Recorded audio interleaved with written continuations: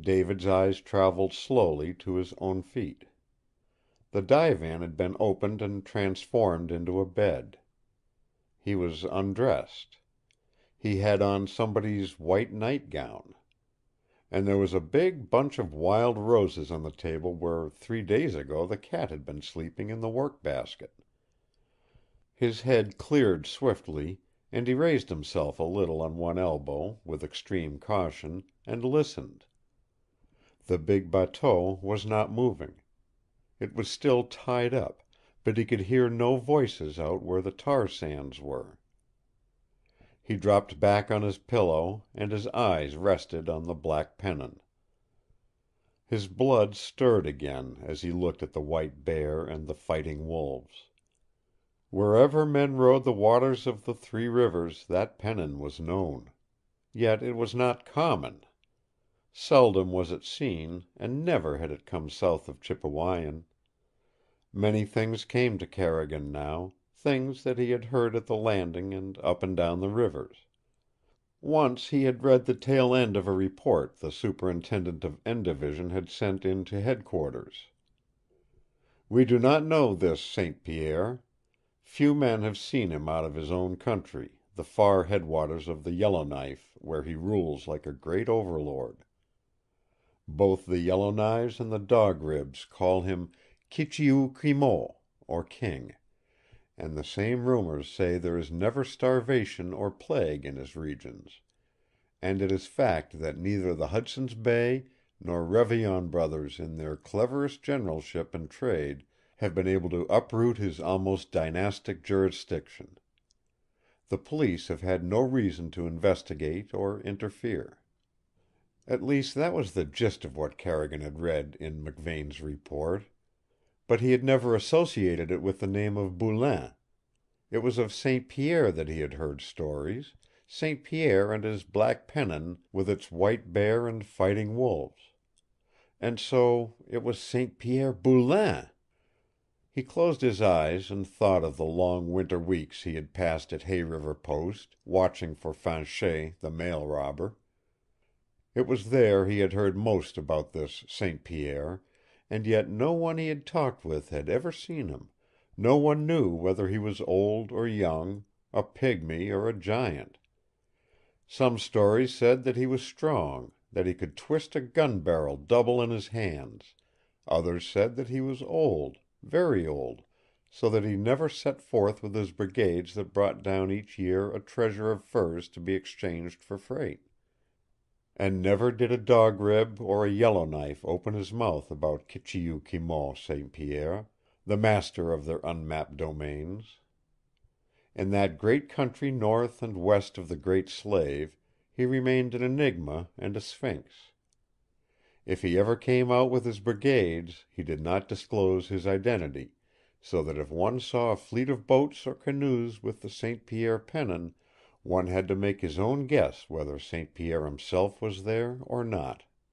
But these things were known, that the keenest, quickest, and strongest men in the Northland ran the St. Pierre brigades, that they brought out the richest cargoes of furs, and that they carried back with them into the secret fastnesses of their wilderness the greatest cargoes of freight that treasure could buy.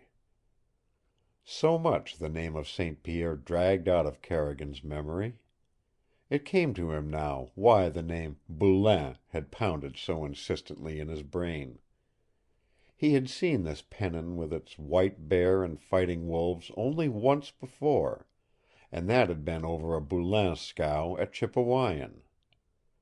But his memory had lost its grip on that incident while retaining vividly its hold on the stories and rumors of the mystery man, St. Pierre. Carrigan pulled himself a little higher on his pillow, and with a new interest scanned the cabin. He had never heard of Boulain women. Yet here was the proof of their existence and of the greatness that ran in the red blood of their veins. The history of the great Northland, hidden in the dust-dry tomes and guarded documents of the great company, had always been of absorbing interest to him. He wondered why it was that the outside world knew so little about it, and believed so little of what it heard. A long time ago he had penned an article telling briefly the story of this half of a great continent in which for 200 years romance and tragedy and strife for mastery had gone on in a way to thrill the hearts of men. He had told of huge forts with 30-foot stone bastions, of fierce wars, of great warships that had fired their broadsides in battle in the ice-filled waters of Hudson's Bay. He had described the coming into this northern world of thousands and tens of thousands of the bravest and best-blooded men of England and France, and how these thousands had continued to come, bringing with them the names of kings, of princes, and of great lords, until out of the savagery of the north rose an aristocracy of race built up of the strongest men of the earth. And these men of later days he had called Lords of the North, men who had held power of life and death in the hollow of their hands until the Great Company yielded up its suzerainty to the government of the Dominion in 1870, men who were kings in their domains, whose word was law, who were more powerful in their wilderness castles than their mistress over the sea, the Queen of Britain. And Carrigan, after writing of these things, had stuffed his manuscript away in the bottom of his chest at barracks, for he believed that it was not in his power to do justice to the people of this wilderness world that he loved. The powerful old lords were gone. Like dethroned monarchs, stripped to the level of other men, they lived in the memories of what had been. Their might now lay in trade. No more could they set out to wage war upon their rivals with powder and ball. Keen wit, swift dogs, and the politics of barter had taken the place of deadlier things. Le Facteur could no longer slay or command that others be slain. A mightier hand than his now ruled the destinies of the northern people, the hand of the Royal Northwest Mounted Police. It was this thought, the thought that law and one of the powerful forces of the wilderness had met in this cabin of the big bateau, that came to Carrigan as he drew himself still higher against his pillow. A greater thrill possessed him than the thrill of his hunt for Black Roger Audemard. Black Roger was a murderer, a wholesale murderer, and a fiend. A Moloch for whom there could be no pity. Of all men the law wanted Black Roger most, and he, David Carrigan, was the chosen one to consummate its desire. Yet in spite of that, he felt upon him the strange unrest of a greater adventure than the quest for Black Roger. It was like an impending thing that could not be seen, urging him, rousing his faculties from the slough into which they had fallen because of his wound and sickness. It was, after all, the most vital of all things, a matter of his own life. Jeanne Marie Anne Boulain had tried to kill him deliberately, with malice and intent. That she had saved him afterward only added to the necessity of an explanation, and he was determined that he would have that explanation and settle the present matter before he allowed another thought of Black Roger to enter his head. This resolution reiterated itself in his mind as the machine-like voice of duty. He was not thinking of the law, and yet the consciousness of his accountability to that law kept repeating itself.